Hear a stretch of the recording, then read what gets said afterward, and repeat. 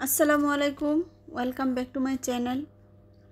তো এই যে দেখেন আজকে অনেক কাজ আছে। এই কবুতরের খাঁচাটা আমি এই যে জিনিসপত্র সরিয়ে আর একটু এই পাশে নিয়ে আসবো। এখানে একটু ভাঙাভুঙির কাজ আছে।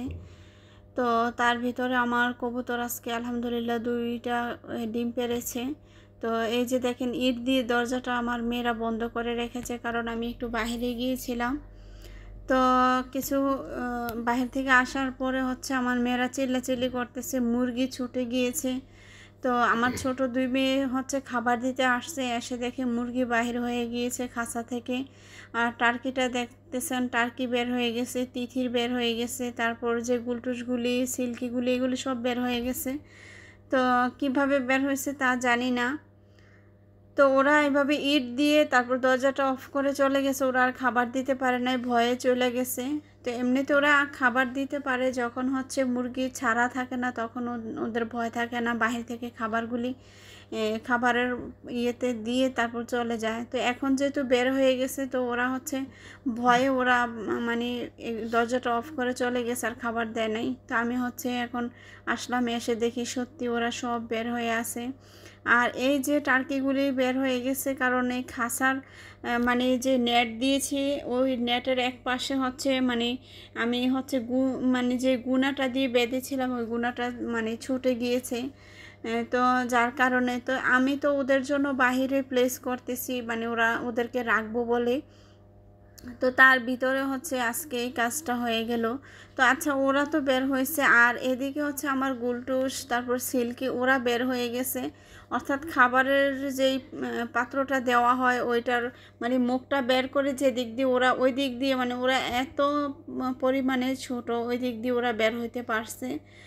তো এগুলি বের হয়ে দেখেন আমার পুরা ঘরের অবস্থা কি করেছে ওরা।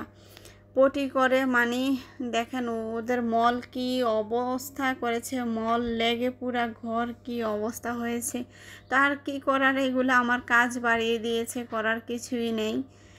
তো ওদেরকে এভাবে আমি হচ্ছে এখন আমি ছাড়া রাখবো। আমি যেহেতু বাইরে একটু কাজ করব, আপনাদেরকে বললাম কবুতরের ঘরটা আমি একটু মানে অন্য পাশে আমি নিব।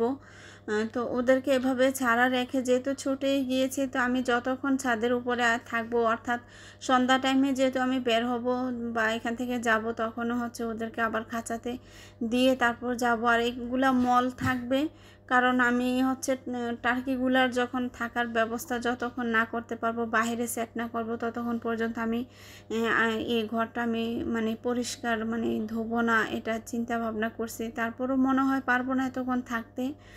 দেখি আগামী দিন কী করা যায়। যেহেতু আজকে প্রায় অবেলা আসছি, এই যে এই জায়গাটা আমি ভাঙবো, সমস্ত কিছু সরিয়ে ফেলেছি।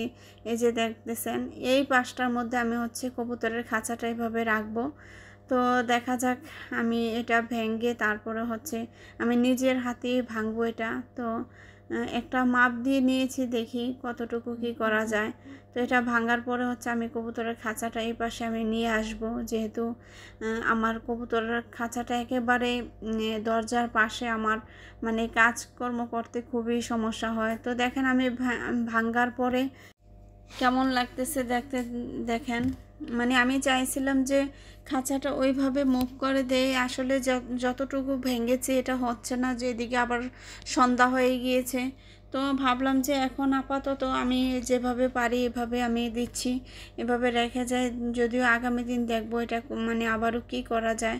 তো আমি এই পাশটার মধ্যে একটু ইট দিয়ে তারপর নিয়ে এসে রেখেছি। আর ওইদিকে হচ্ছে আজকে কবুতরের মানে যত ইয়ে আছে, মলগুলা ছিল, ট্রেগুলা ছিল, এগুলা বের করে আমার এক্সট্রা ট্রে আছে, ওগুলি হচ্ছে আমি এখন নতুন আবার দিয়ে দিয়েছি। তো নিচের একেবারে নিচেরগুলি আমি উপরে উঠিয়ে দিয়েছি। আর হচ্ছে আর মানে 3 খোপে আছে, আর 1 খোপে তো হচ্ছে একটা জোড়া নেই, মারা গেল যেহেতু যে কবুতরটা। তো আমি জোড়া করে দিব, আমি একটু ব্যতিব্যস্তর কারণে আর কবুতরের জোড়াটা মিলাইতে পারি না। অবশ্যই দেব, আস্তে ধীরে করব।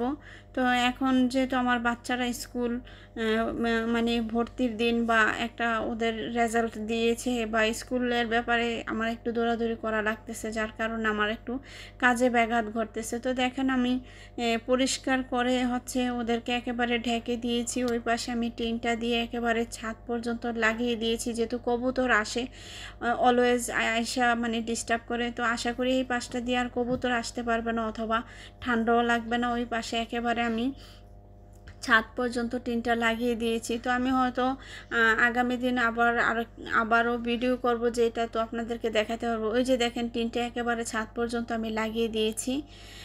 তো এই যে দেখেন এখন এই পাশটাও আমি হচ্ছে কাপড় দিয়ে ঢেকে দেব, কারণ রাত্রেবেলা এদিক দিয়ে কুয়াশা ঢুকবে, কবুতর মানে কষ্ট পাবে। তো এক পাশ তো আমি আবারও চাদর দিয়ে ঢেকে দিলাম, আর হচ্ছে ওই পাশটা আমি আবারও ঢেকে দেব, যেন ঠান্ডা বাতাস না লাগে, মানে ভিতরে না ঢুকে। আর উপরে হচ্ছে কবুতরের খাঁচাটার মধ্যে আমি কালো একটা কাগজ বিছিয়ে নিয়েছি, তারপর হচ্ছে আবার এটার উপরে মানে প্লাস্টিকের খাঁচা রেখেছি, যেন মানে কাপড়টা মানে সুন্দরভাবে সেট হয়, উড়ে না যায়। তো এইভাবে হচ্ছে আমি দেখেন কবুতরগুলো ভিতরে, এটা তো একা একা থাকতেছে। আর হচ্ছে দেখেন চতুর্পাশ কি অবস্থা, তো আমার মাছের হাউজের অবস্থাও দেখেন, মানে চতুর্দিকে এখন হচ্ছে এলোমেলো। তো তার মধ্যে বন্ধুরা হচ্ছে আমি আবারও আপনাদেরকে দেখাচ্ছি এই রাতের বেলা।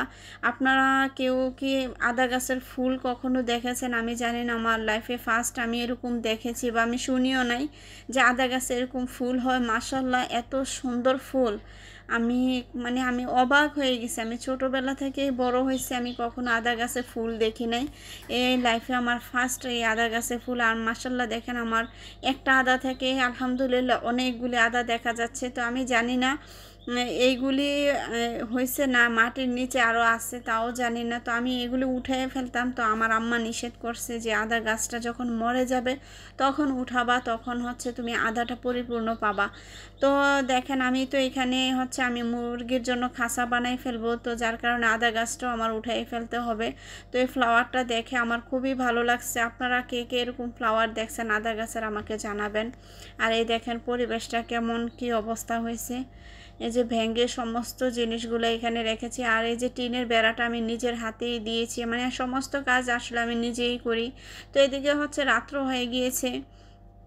দেখেন আমার টার্কি মুরগিগুলা আর মলদার করে, মানে কি অবস্থা। ওদেরকে খাবার দিয়েছি আর হচ্ছে পানি দিয়েছি, পানি খাবার ফেলে ওরা কি অবস্থাটা করেছে। আর ওদিকে দেখেন, মানে আমি যখন আসছি তো ওরা আস্তে আস্তে ভিতরের দিকে চলে যাচ্ছে।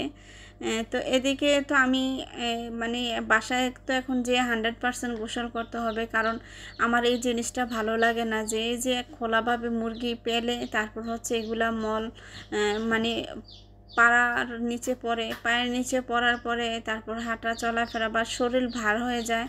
তো মোট কথা তো এখন আর করার কিছুই নেই, যেহেতু ওরা বের হয়ে গিয়েছে। তো আমি আজকে আর রাতে ওদেরকে আমি খাঁচায় উঠাবো না, দেখি আগামী দিন ইনশাল্লাহ এসে কি করতে পারি। তো আসলে সকালবেলা ঠান্ডার জন্য তো ওইভাবে ওঠা হয় না, যার কারণে লেট হয়ে যায়। এদিকে কাজগুলো খুব সামাল দিতে পারি না। তো আর বস্তাটা এদিকে উপরে উঠিয়ে দিয়েছি দেখেন। তো আমি এই যে দেখেন, এক ভাই আমাকে কমেন্টের মানে বলেছিলেন যে লিখেছিলেন আমি আমার কোয়েল পাখিগুলিকে কি খাওয়াই। আসলে আমার মুরগি এবং কোয়েল পাখি যারা ডিম দিচ্ছে তাদেরকে লেয়ার লেয়ার ফিড 1 এটা খাওয়াই। তো আমি নারিশ কোম্পানির এটা খাওয়াইতেছি। তো লেয়ার লেয়ার ফিড 1 এটা হচ্ছে আমার কোয়েল পাখি আর হচ্ছে ডিম দেওয়া মুরগিকে খাওয়াইতেছি। আর এটা হচ্ছে যে মিডিয়াম মুরগিগুলা, মানে বয়স মোটামুটি হয়েছে, মানে মিডিয়াম অবস্থায় আছে, ডিম দেয় না, তো তাদেরকে হচ্ছে আমি এটা খাওয়াচ্ছি। তো এই যে এই বস্তাটা, এটার নাম হচ্ছে, আমি আপনাদেরকে দেখাইতেছি, যেহেতু আমি বস্তাটা খুলে একটু এই জায়গায় ঢেকে দিয়েছিলাম। তো এটার নাম হচ্ছে নারিশ, এই যে দেখেন নারিশ ব্রয়লার গ্রোয়ার ফিড। তো এটা আমি খাওয়াইতেছি, গয়ার ফিডটা আমি খাওয়াইতেছি হচ্ছে মিডিয়াম অবস্থায় যে মুরগিগুলি আছে ওদেরকে। আর হচ্ছে এই যে এটা, আর হচ্ছে আমি একেবারে যে মুরগিগুলো ছোটো একেবারে ওদেরকে খাওয়াইতেছি। প্রথম যে বস্তাটা আমি উপরে উঠিয়েছি মানে নিচ থেকে, ওইটা, এই যে এইটা হচ্ছে আমি একেবারে জিরোগুলাকে খাওয়াইতেছি, সোনালি স্ট্যাটার এগুলা আমি খাওয়াইতেছি একদম জিরো বাচ্চাগুলা, বা ওদের 1-2 মাস পর্যন্ত আমি এটা চালায় যাব আর কি। তো আমি আসলে 3 রকমের বস্তা আমার আনা লাগে, যেহেতু আমার 3 সাইজের মুরগি আমার খামারে আছে সেই জন্য।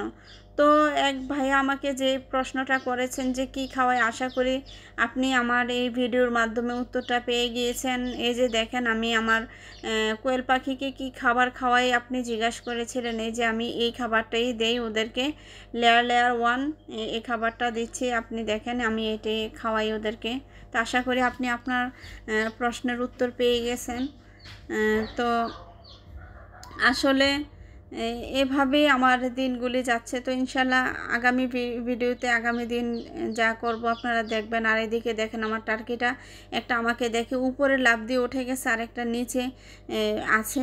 তো এখন আমি ওদেরকে খাবার দাবার দিয়ে তারপর হচ্ছে আমি বাসায় চলে যাব, যেহেতু রাত্র হয়েছে।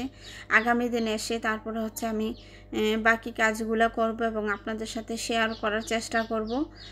তো আর আর কি বলবো, তো আজ এ পর্যন্তই। আপনারা ভালো থাকেন এবং আমার চ্যানেলটা সাবস্ক্রাইব করে আমার পাশে থাকবেন, আর হচ্ছে আমাকে সাপোর্ট দিবেন কমেন্টের মাধ্যমে। আপনারা কোনো কিছু না লিখলে আসলে আমার ওইভাবে ভিডিও বানাতে ইচ্ছে করে না। তারপর আশা করি আপনারা আমাকে কমেন্ট করবেন।